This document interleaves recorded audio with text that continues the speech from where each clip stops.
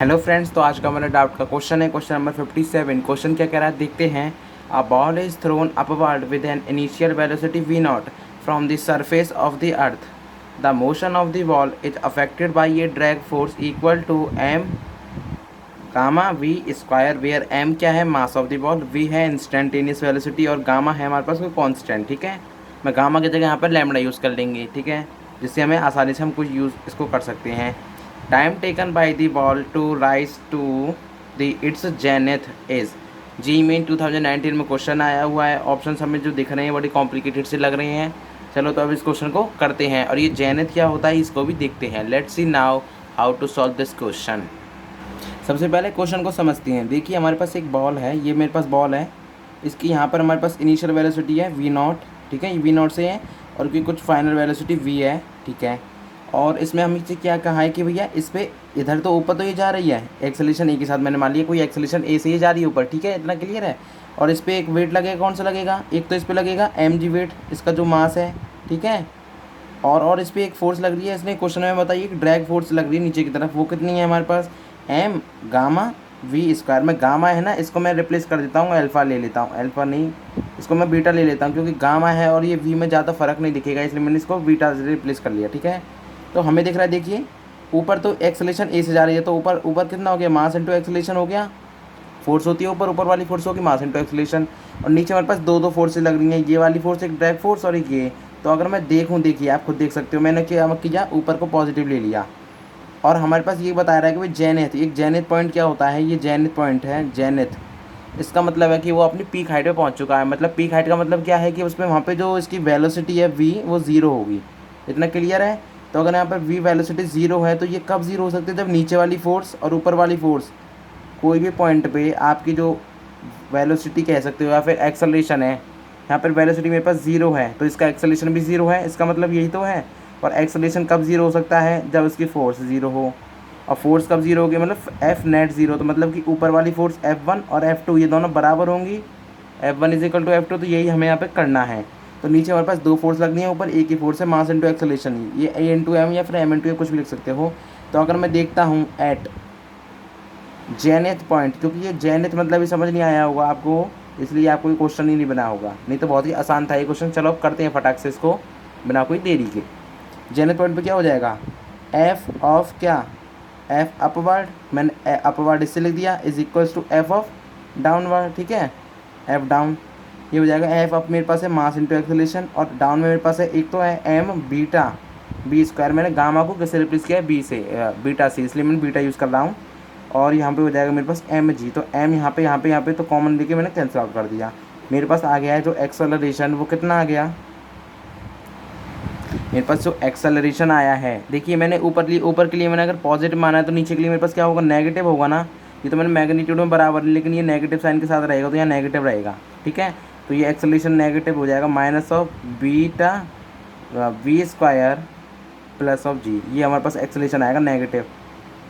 क्यों आएगा ये तो आपको पता है, अगर एक साइड को आप ऊपर वाले को पॉजिटिव मान रहे हो तो आपको नीचे को नेगेटिव मानना ही पड़ेगा, ये कन्वेंशन होता ही है। ठीक है, अब हमें यहाँ पे एक्सेलेरेशन आ चुका है, हमें क्या निकालना है भाई, एक्सेलेरेशन, हमें टाइम निकालना है कि वो जेनेथ तक पहुँचने में कितना टाइम लगा। मतलब कि हमें क्या निकालना है, टाइम और एट जेनेथ, मतलब कि मैक्सिमम वहाँ तक पहुँचने में जहाँ पे वेलोसिटी उसकी ज़ीरो हो रही है, वो हमें निकालना है क्वेश्चन में। तो हमें लिख सकते हैं क्या, एक्सेलेरेशन को क्या लिख सकते हैं, D V upon D T. अब तो ये बहुत आसान लग रहा होगा आपको भी, चलो इसको कर देते हैं। ये वी स्क्वायर प्लस ऑफ जी, ये वी क्या है मेरे पास, वेलोसिटी है, डी वी के अपॉन में इसको नीचे ले आएंगे, डी वी अपॉन क्यों बीटा we square plus of G, और ये माइनस इधर आ गया और ये हो गया डी टी। ठीक है, ये इतना क्लियर है। क्यों लिया है मैंने ये, क्योंकि देखिए वी यहाँ पर है और ये डी वी है, तो डी वी अपॉन में हो जाएगा उसके, और ये डी टी के साथ कुछ है तो इंटीग्रेट कर दिया मैंने दोनों तरफ। और इंटीग्रेट करने से पहले मैं इसको क्या कर देता हूँ, मैं इसमें से मैं बीटा को कॉमन ले लेता हूँ।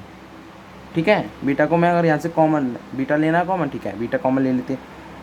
एक मिनट रुकिए, यहाँ से, हाँ यहाँ से मैं अगर बीटा कॉमन लेता हूँ तो देखिए क्या होगा, क्योंकि एक फॉर्म बन रही है, वो फॉर्म बनाने के बाद है सारी, बस और कुछ भी नहीं। तो मैंने अगर बीटा कॉमन लिया तो यहाँ से तो वी स्क्वायर रहेगा और यहाँ पे क्या आ जाएगा, जी अपन बीटा, क्योंकि इसमें बीटा था नहीं तो बीटा डिवाइड हो जाएगा इससे, is equals to integration of D T. हमें क्या पता था भाई, थे T is equal to zero पर वेलोसिटी मेरे पास वी नॉट दे रखी, क्वेश्चन में आपने पढ़ा था जब मेरे साथ हम जब क्वेश्चन कर रहे थे।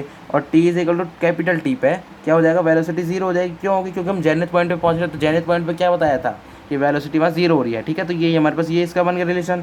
तो अगर मैं देखूँ तो 1/β तो मेरे पास बाहर आ जाएगा, कॉन्स्टेंट है तो -1/β, और ये हो जाएगा इंटीग्रेशन v0 से 0 dv/v² plus of g/β is equals to, एक मिनट रुकिए,